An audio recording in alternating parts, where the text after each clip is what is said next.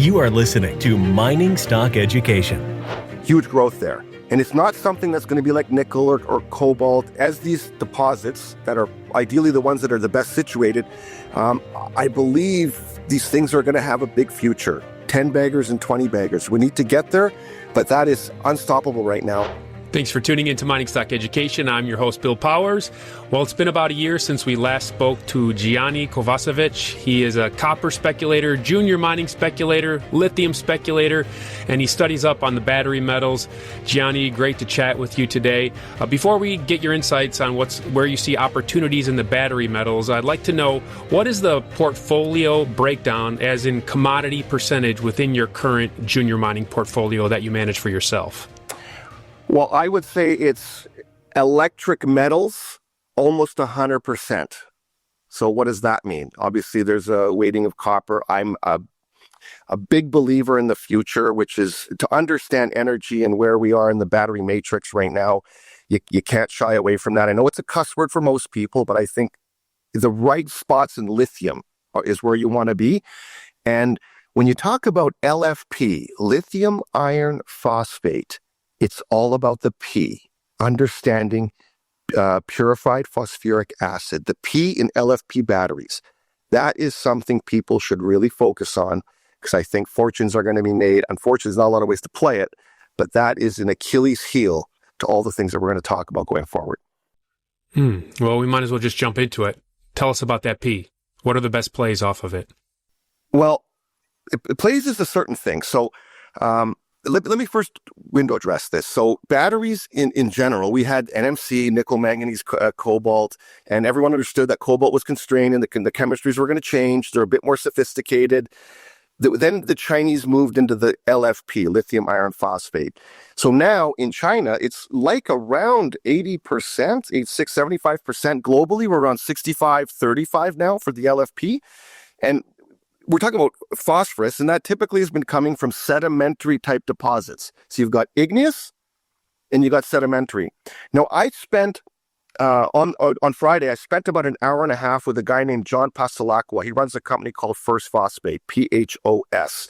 And after an hour and a half, and I know a thing or two about batteries, I was still fascinated. You really look at it, it is possible to have these deposits from igneous rock, not sedimentary, and they're specialized. Of course, Quebec has a let's say, mini monopoly on that, and the way he's moving that forward.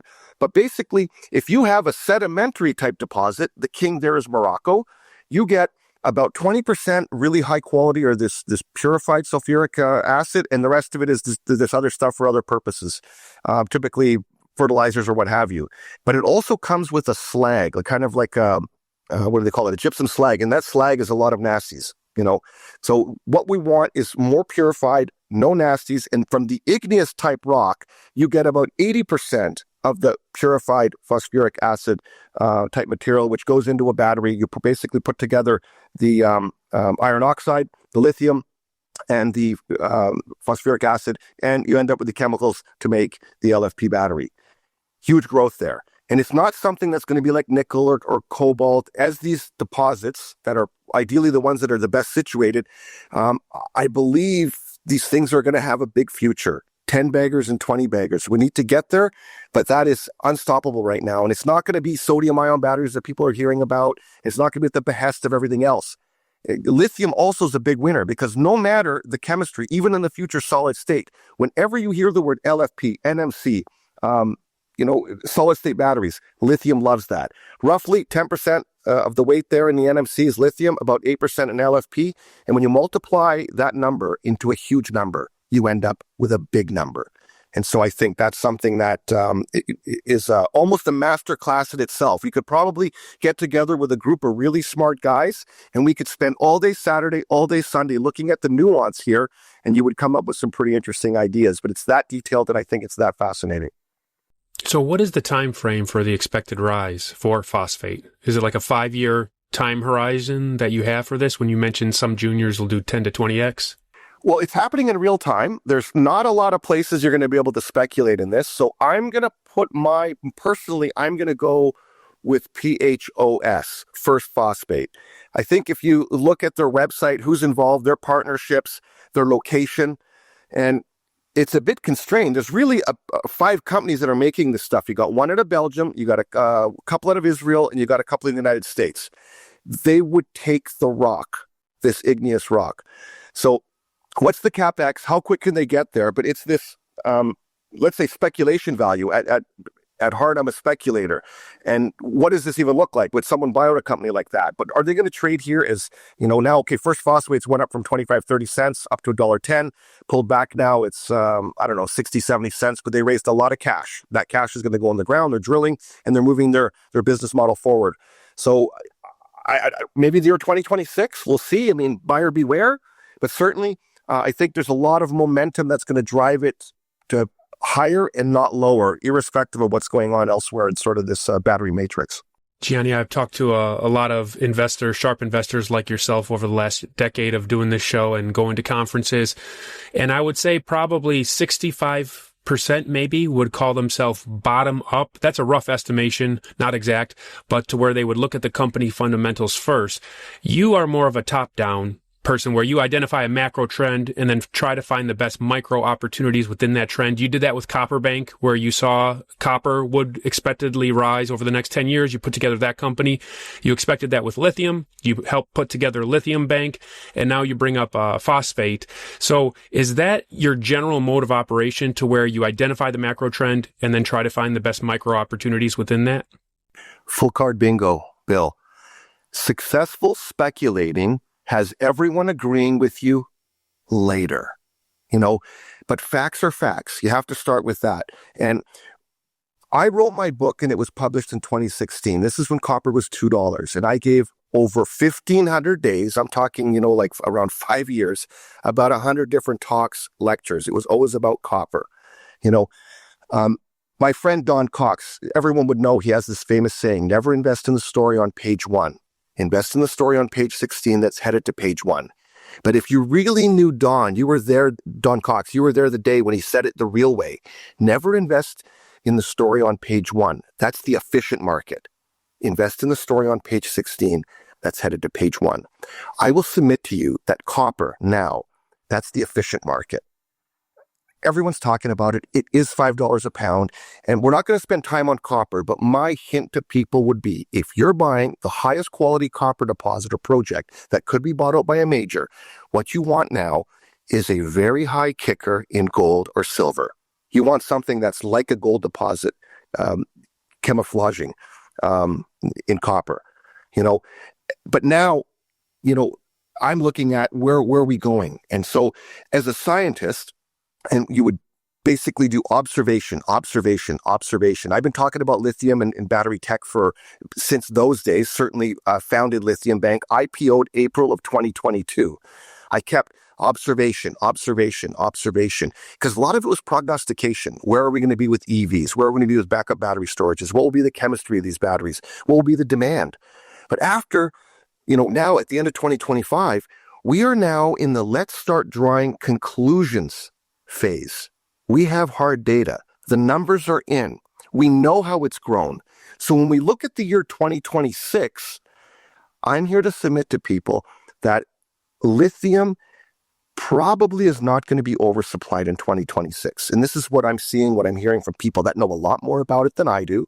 And this has really shocked people. So 5 years ago, the lithium market was in the hundreds of thousands of tons. Before it was 200, then 300.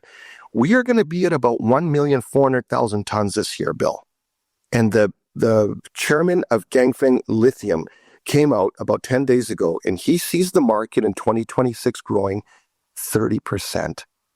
That's a game changer.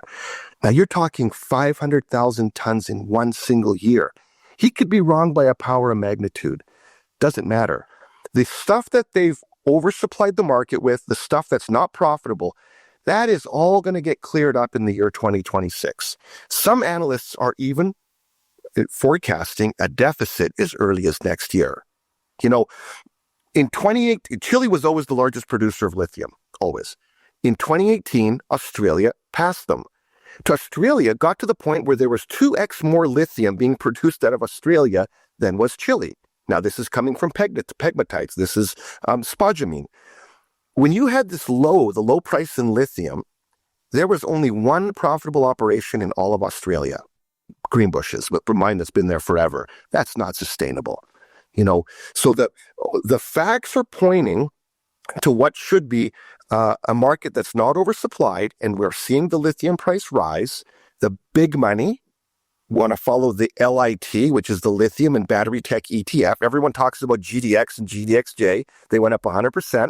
At the same time, that the LIT, you can look it up, NASDAQ, bottomed out at $31.50 in April, $64, more than doubled. The interest is there. The big money's there, So if you want to be speculating, and if I'm now looking at not the efficient market, the things that are people's ignorance or their misunderstanding, we like lithium. I like phosphate, but within lithium, where's it going to be produced? Because we know the why, because power is growing. We know the who, probably the Chinese, followed by other people. Or we know the where. It's the what. What materials are going to be the biggest beneficiaries in these billions of lithium batteries that are going to be built in the next 1, 2, 3, 4 years? What the lithium market looks like, Bill, after 2030, I could care less. I won't be involved in it anymore. There is a setup for a lithium 3.0, maybe not a mania, maybe not a boom, but a lithium 3.0 very good market, where you have more people chasing it and these stocks are going to be going, people are going to be bidding them up. And I think if you want to look more in the nuance there, I think that's the next part of battery talk or battery tech talk that we're going to talk about here for the rest of our discussion. On DLE, on the note of DLE, Lithium Bank has a DLE, direct lithium extraction project. Is current supply from DLE about 11%? I was trying to research some numbers before this call. Is that the numbers you have as well? Well, it's could be even less than that, because what you're looking at people that are doing DLE out of the sort of like salars, or people that are doing it out of abandoned oil well infrastructure. So there's a bit of another setup here that we have to talk about. So the world's biggest oil and gas service provider is Schlumberger, and they are now operating the largest pilot plant for DLE in the world. It's in Nevada. So when Schlumberger is moving an initiative forward, it has a lot of credibility. So if you ask, not mining companies, because I believe DLE is the way forward. So just start, where does lithium come from? It's coming from salars. We're talking Chile, Argentina. In the future, we'll see what's going to happen in Bolivia. Then there's the hard rock mining. This is the pegmatites and spodumene, which is big footprint, classic mining project. Takes a while. You got to permit it, process the spodumene, turns it into lithium carbonate or lithium hydroxide. It's through heat. It's moved.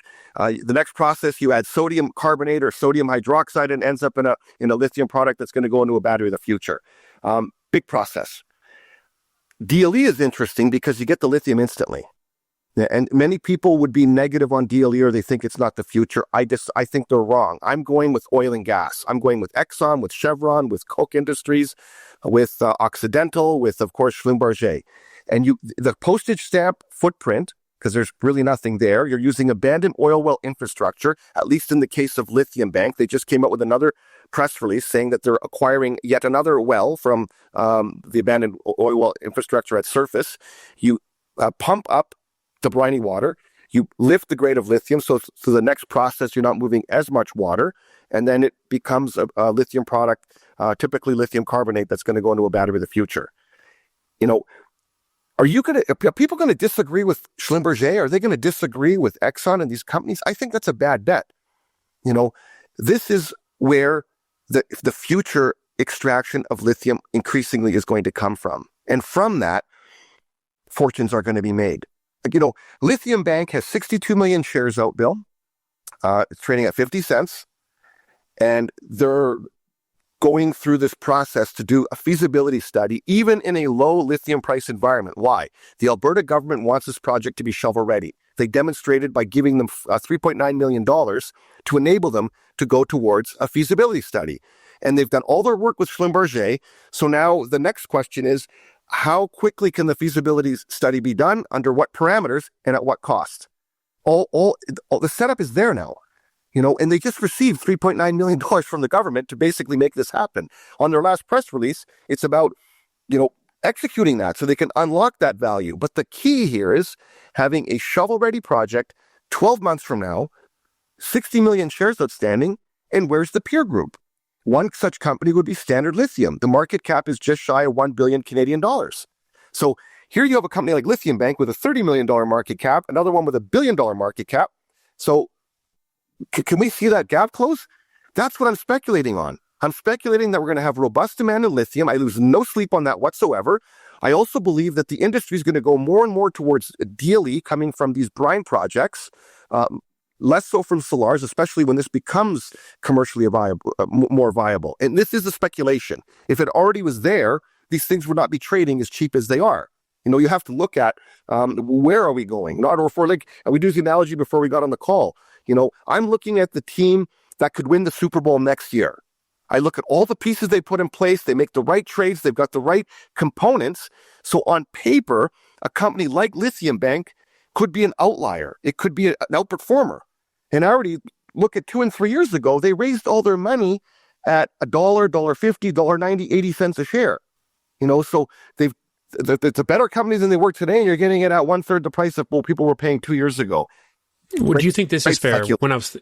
When I was thinking about Lithium Bank, it's more of a speculation on the adoption of the DLE technology and the recognition from oil and gas investors and the inflow of new investment dollars from oil and gas investors, even more so than it is on a speculation on the lithium price or projected future lithium demand. Would you say that's accurate? You're exactly right, Bill. And the oil and gas investors, particularly big ones, outnumber mining investors by a factor. You know that. And it's these people that every single time there's a press release from Schlumberger or Chevron, you get the collateral benefit of that. And, how can I say this also? I want to talk a little bit about the what's going on in China and the negativity around that and what have you. But you could see something where just recently with these critical elements, doesn't matter.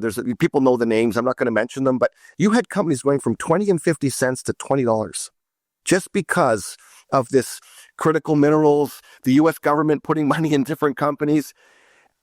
A mania, like an absolute mania. But the one with lithium and DLE is going to be, I'm not calling it a mania, but I call it lithium 3.0, very good market. And real money is going to pour into these things. And the end game for Lithium Bank is the chairman, Paul Matisik, has sold like 7 companies. That's what he does. So if you get the setup there, the commodity, the technology, the project, a feasibility study, which is effectively, financed with the money that they have, or if there's a small shortfall, it's peanuts. We're not talking big money here. 12 months from now, you got a project that's complete. Is Lithium Bank going to build this thing? I don't know. I'll speculate that they're going to be able to sell to someone within the, Schlumberger family or within the oil and gas sphere of these people that have not yet been mated to a world-class project in a world-class jurisdiction. So the C in NMC batteries, Cobalt. Cobalt. What are your thoughts on Cobalt? Cobalt? Silver miners hated Cobalt, right? Yeah. It's funny you say that. So a friend of mine was about 2.5 years ago, was looking at Cobalt. People were saying, battery companies were saying, we really want supply of Cobalt. And he worked with a geologist and they scoured everything they could. And it all came down to Congo. Congo is Cobalt, effectively. And, at the same time, we had the chemistries were changing where we were always saying, could they substitute Cobalt away? Well, they've done that vis-a-vis LFP. Now, we're still going to have Cobalt in maybe the most sophisticated or the best batteries, but the growth is not going to be there. As Cobalt is available to the market at a reasonable price, that Cobalt will be consumed. When it's not available and it's not economically viable, they're just going to use other sources. And then with the thousands of people working, the technicians and the people working in the chemistry, as they move the different chemistries forward, the future, of course, is going to be solid state batteries. Cobalt's going to become less and less important. I would not be a speculator in Cobalt. I think you could wake up one day and have a nightmare on your hands, in my view. Do you study graphite and graphene and how that plays into the battery landscape? I do at the margin, and there's some really big graphite deposits. Graphite 1, I guess, the one that is in Alaska. It's got a lot of support, federally and locally. This is the anode side of the battery. I like the cathode. These are the chemicals that make the cathode side. Other than that, I think if you ask yourself, what happens when they put a couple of these graphite projects, to the market? It's not the same as phosphate. I think the phosphate story is far more compelling.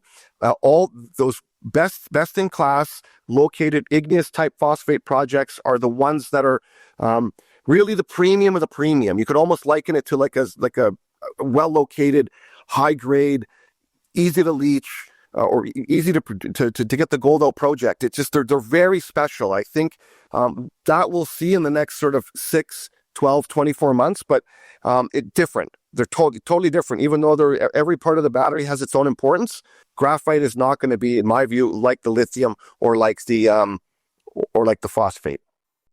Where's the opportunity in manganese? Oh, I don't know. That's a micro metal. Okay. Also something that you could see the chemistry changing there.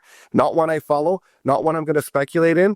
Too much opportunity, I think, in lithium. It's also a bigger commodity. Lithium now, as already alluded to, is going to grow. It's going to be something like a 2 million ton market, which is going to enable it to have better pricing environment, better futures market. It's going to be less opaque. I don't believe we're going to see something where you have so much production was losing money every single day. This simply is not sustainable. That it was almost like a one-off. It just happened where you had epic fail with people in adoption of, particularly in America and Europe, with buying electric vehicles, and at the same time you had that production came on and was there. It has to be absorbed. And this is when the market was smaller. Different story when you oversupply a market that's 7, 8, 900,000 tons, million tons. When it starts to become a 2.5 million ton market, it can balance itself out a little bit better. Oh, you mentioned the projected 30% growth in the demand for lithium. Where is that coming from? EVs? This is a greater story to tell. So the world's biggest energy market is China. So when I was doing my lectures 10 years ago, and going back 40 and 50 years of final energy usage, about 20% is electrification. Okay, that's kind of always grown that way. Energy use has grown, but electricity's spot in final energy usage was about 20%. China is now 30%. So in the last 10 years, they've went from 20 to 30. Sounds like a little number, but that is like reinventing the wheel. What they did there is such a huge number where we can now say that, okay, they did it in 10 years. By 2040, it's going to be about 50% final energy usage. Today, rest of world bill is 22, climbing to 30. So with there's one word to put it to make that enable that. It's going to be batteries. So China is sort of all technologies, all forms of energy, including nuclear. Yes, they're building coal, but coal power plants can be converted to natural gas very quickly if you have the natural gas supply. But China wants to be self-sufficient. China consumes 16.5 million barrels of oil every day. They import 10. They don't want to do that forever. They have long-term thinking. They want to get to a point where they're self-sufficient. And for that to happen, it's like, think every structure that has solar panels or wind or hydro or solar or nuclear, and the vehicles around it are electric. Once you've done that, once a structure has that, Bill, you've totally disintermediated the entire incumbent energy system. That's what they want. That's what they are doing. And they are an electrostate now. Even though it's only 30% final energy usage climbing to 50 by the next 15 years, that is a game changer. And I'll give you the word. The first time it was used when they found oil in Saudi Arabia. The big discovery, 1937, 38, Harold Ickes would send the foremost geologist, de Gaulier, and his team, and they went to Saudi Arabia and they assessed the discovery. And they reported back. He said, "Sir, this is the single greatest prize in all history, the discovery of that big quantity of oil in Saudi Arabia." And it was. But now, when you look at that picture I just drew for you, the total disintermediation of the incumbent energy system, that is the new greatest prize. And I can't underline that enough. China, as an electrostate, and it will be followed by America, and it will be followed by Europe. Europe already, for many extents, is an electrostate. And the winners are these electric metals. Copper, for obvious reasons. The difference for copper, no one wants to pay high prices for commodities. So what happens, that's always pushed up by speculators, and it always balances itself out. But with copper, when the price of copper is very high and it becomes very scarce, we will globally substitute a lot of aluminum. We can do that, which is why I always focus on the price. The price ratio between copper and aluminum is always 3.5 or 4 to 1, always. You tell me the price of copper, I'll tell you the price of aluminum, or vice versa. Okay, so that's the interconnectivity of the electrostate. But the storage, you need to harness the energy. And this is going to be done in countless billions of batteries. LFP, NMC, vanadium redox, sodium ion batteries, and all the rest of them. And this mania that I forecast, that I see happening, when the market is balanced in 2026, Bill, we cannot keep growing at 20 and 30% demand for these batteries without a much higher price of lithium. There is going to be a scramble, yet again, for the best deposits. There is such a thing in the oil industry, the best situated barrel of oil and the worst situated barrel of oil. So too will be that with lithium deposits or lithium sources. There's going to be such a thing as the best situated lithium or pegmatite project and the worst situated one. Same thing with a solar. But who's even going to fool around with that stuff? If big oil and gas, millimetrical progress, they get to the point where they've commercialized to a point where it becomes the lowest quartile in production from a brine source, you're going to go for that. You're simply not going to be going to those other types of deposits. Easier to permit, quicker to get your lithium, 8 to 10 times less water, less energy, and you get the lithium instantly. What am I missing here? That's the speculation. Gianni, when you talk to investors, how important is the traceability of these electric metals? I've talked to speculators who do this full time and have been in the sector for 30, 40 years, and they believe there's going to be a bifurcation between the metals that can be traced to be done in an environmentally, socially responsible way versus artisanal miners out of the Congo that you've referenced for cobalt before. Do you see a bifurcation of the traceability of these electric metals and the non-traceability and a different price paid for each? Well, that's a really easy prescription to write, but a much harder one to take. We already have that. We recall what happened with the Ukraine and the Russia war, and then Europe's not going to be buying Russian energy sources. Of course, it was still happening, falling through the cracks. It's fungible, goes through Kazakhstan and it goes through Turkey. You look at how are some of it's laundered. Yeah, the critical metals. Russia, of course, is very important for titanium. Russia is very important for purified phosphoric acid. China has this stranglehold with, basically the know-how, a lot of the exportation of the enabling of this, because with those processes, often there's a lot of nasties that are left behind. That, in many respects, is what has been exported to China.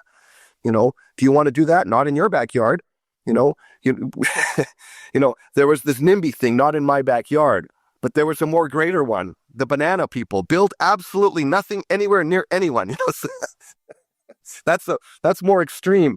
And it's going to be funny to see what happens here with all this talk, when building nuclear power plants and refining, you're enriching uranium in the United States and doing all this in the States. Well, show me. Let's see it happen, because which state, which county, who's going to die on that political hill, and it can't be mandated or demanded of people, so that matters, but there's always a way to, this traceability thing with electric metals. But fortunately for the things I'm talking about, it's all in-house. First Phosphate's well located in Quebec. Just look at the partnerships that they have. It was when I talked to John, it's so confusing. He's got all these people, like, who are they? But when he tells you the story, okay, we're doing this, we need that. They help us at this part of the process. Then these guys come in and then they're here, and it all just makes sense. And we're not talking about billions and billions in CapEx. It's just like, that's really interesting. So I would direct people to go to the internet and look at some of those interviews and try to get through it. And if you're a really serious investor, talk to him. You are going to have like a Cole's Notes education in an hour, which I would suggest the same thing for yourself, Bill. It's just fascinating, and it directs you there. And same with lithium. We have the ability to produce the lithium, but more importantly, a lithium product that can go, a battery grade product that can go into the battery, so that we can actually have these chemicals on the cathode side. So not only are the stuff is still coming from Asia, but it's actually done in North America, where the entire value chain is there for our products. And it's coming. And with that is going to be more good news than bad news, I would say. In the year 2026, 2027, you're generally going to see, I think, very positive, encroaching on page one.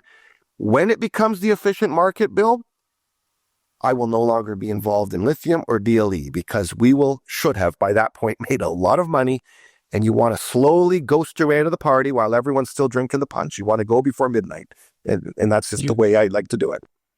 You like electric metals, as you said. Your portfolio consists of them. Now, gold and silver are good conductors of electricity. Of course, they're a lot more pricey than copper or aluminum.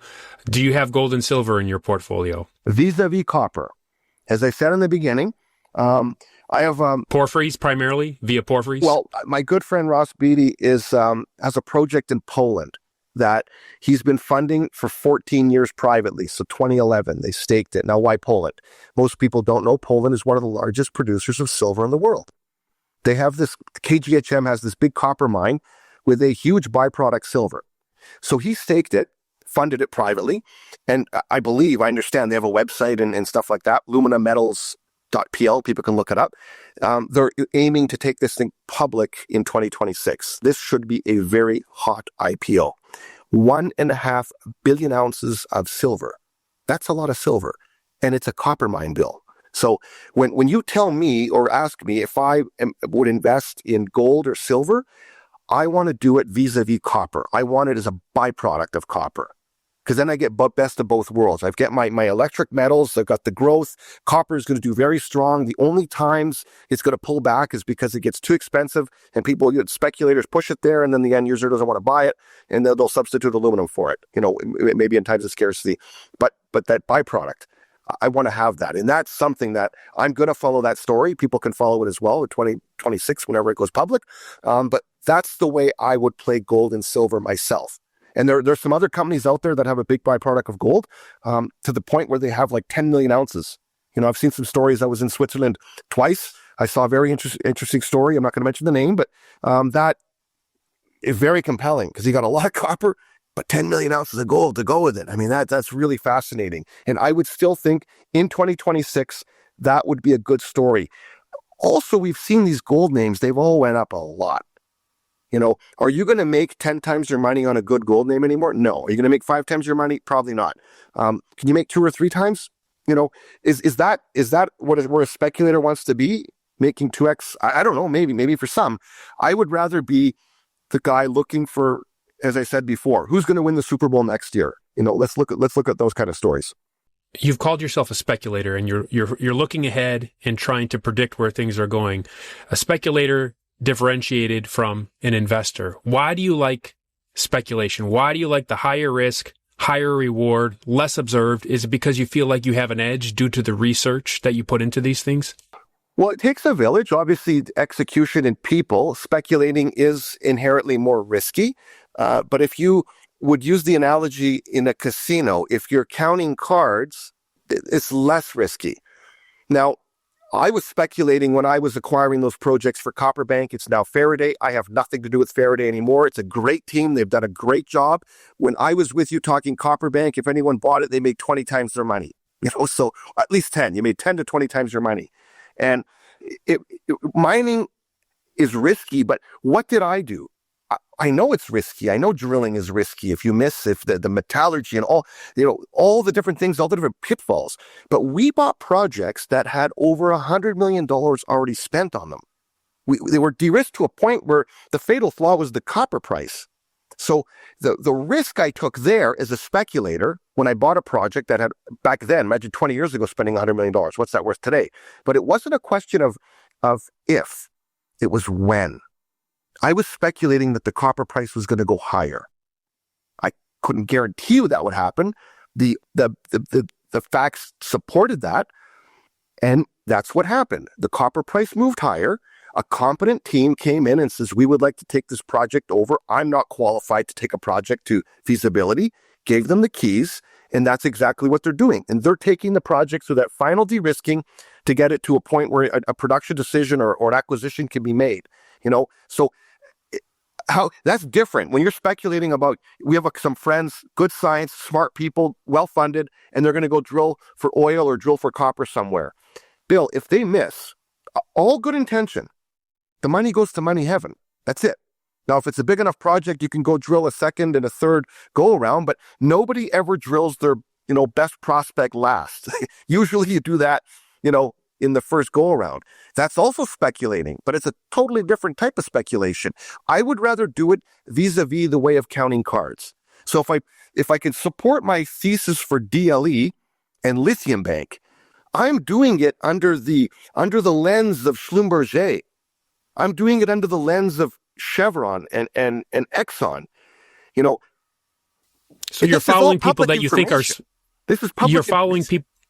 You're following people you think are smarter than you too. Correct. And as these observations, I said before, you draw as a scientist observation, and you keep observation. You eventually have to start drawing conclusions. And I'm already drawing that conclusion. Schlumberger has been successful with DLE. That's a matter of fact. Same with Chevron. So if a company like Lithium Bank is working with Schlumberger, that's the golden seal for this type of extractive industry.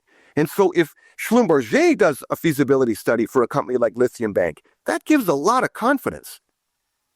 So other people would say, oh, it's still too risky. I mean, I am speculating that this is going to succeed, and I'm also going to speculate that the projects that they have, not in production, just the fact that they have that territory is going to be worth a lot of money.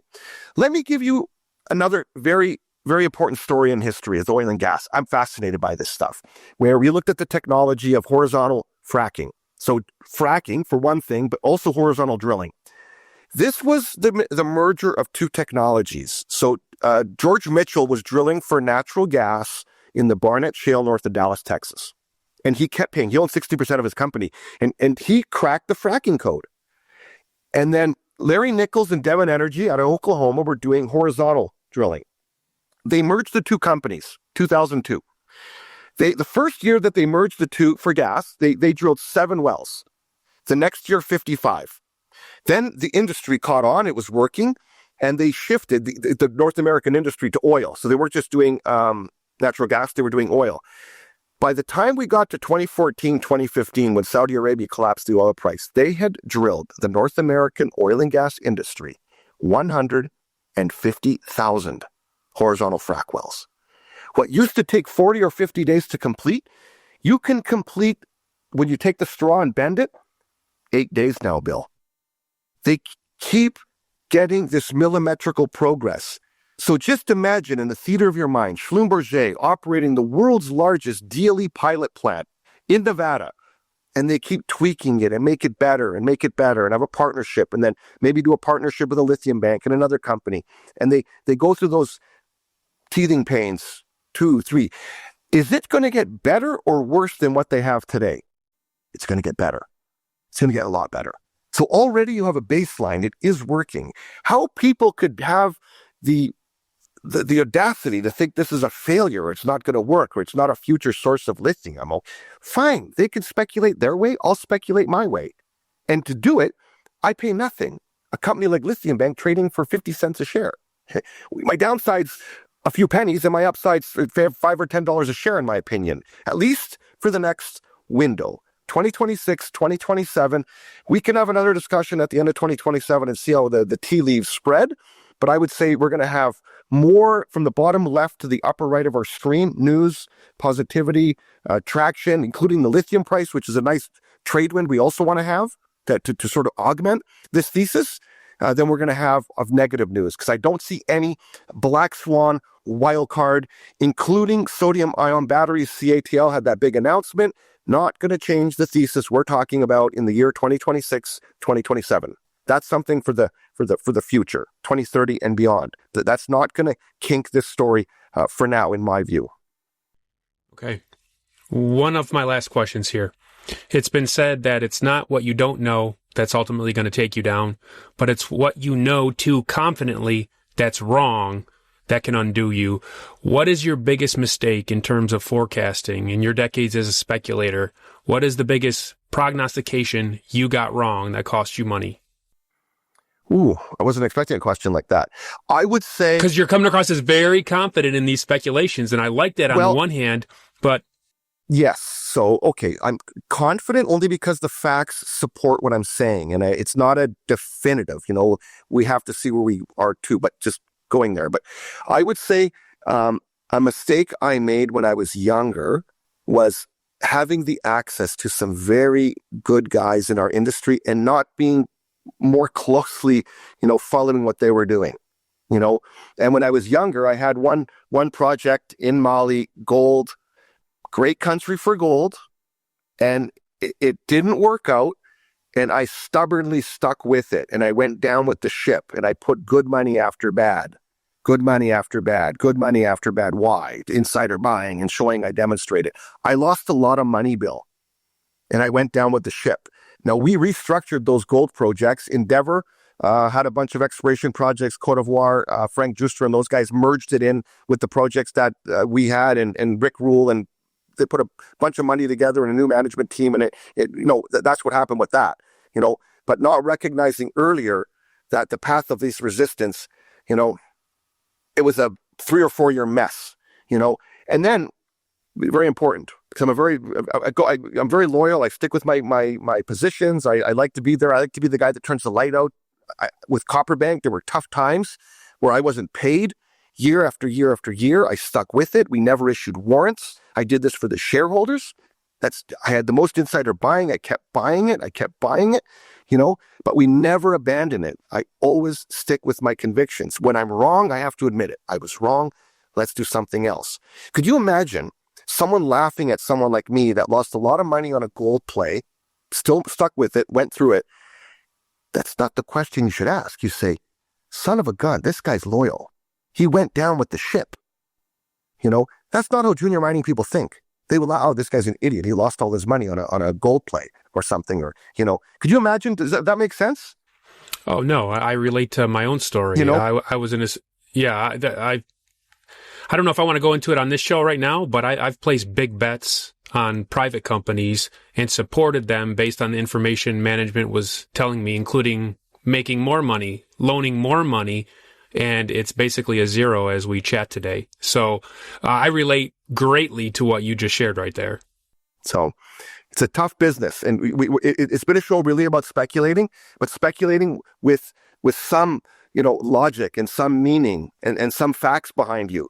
And it's this, just to maybe box end the story. Successful speculating is having everyone else agree with you later. But the facts have to support what you're talking about. And hopefully you have a company with people with integrity and they're executing, and the capital is going to what needs to be done. And with respect, I'm a founder of Lithium Bank. I'm no longer, involved in management or what have you, but I can tell you, we're at the cusp of having a time where someone like a Paul Matisik knows what to do and to have commerce, and it has 62 million shares out, Bill. Like that tells you all you need to know. It's not one of these things that has 300 million shares out, irrespective of how the company was founded and what have you. That's good stewardship, and that means all of our team and everyone, they all have a lot of skin in the game. Every member of the team, Rob Shuchuk, Paul Matisik, Chris Murray, are some of our key shareholders. They have put real money in this company, and people that can look at it and they say, wow, this is pretty good. I can actually buy a piece of this thing. And, if we can close the gap with some other companies, there's a reason, there's an actual possibility that it can be $2, $3, $4, $10 stock, because the share structure supports it at all. And those things are very important. I do one thing every 5 years. So Copperbank started in 2014-15. Lithium Bank 2020. And I can tell you, I am going to be all over owning in a large way, if possible, as much as I can. As an investor, this Polish play, what Lumina Metals, that's going to be floated next year. I believe it's going to be floated. There's a website, I only know what you know. You can look at it. But that's going to be something I think the market's going to like. Copper, silver in this backdrop. So that, once again, electric metals, but that's something people could look forward to in 2026, and a story I believe I will support for the next 5 years. Well, as Gianni said, we featured Copper Bank on this show about 5 years ago as a sponsor. If you bought it at that time, like you said, you did really well. None of the other companies that were discussed or mentioned today do I personally own in my portfolio at the time of publication, nor are they currently sponsors. Gianni, I really appreciated this insightful conversation. Thank you for sharing your own portfolio as well as your personal experience and contributing to my audience. Very good. Thanks, Bill. As JP Morgan once said, go as far as you can see. When you get there, you'll see farther.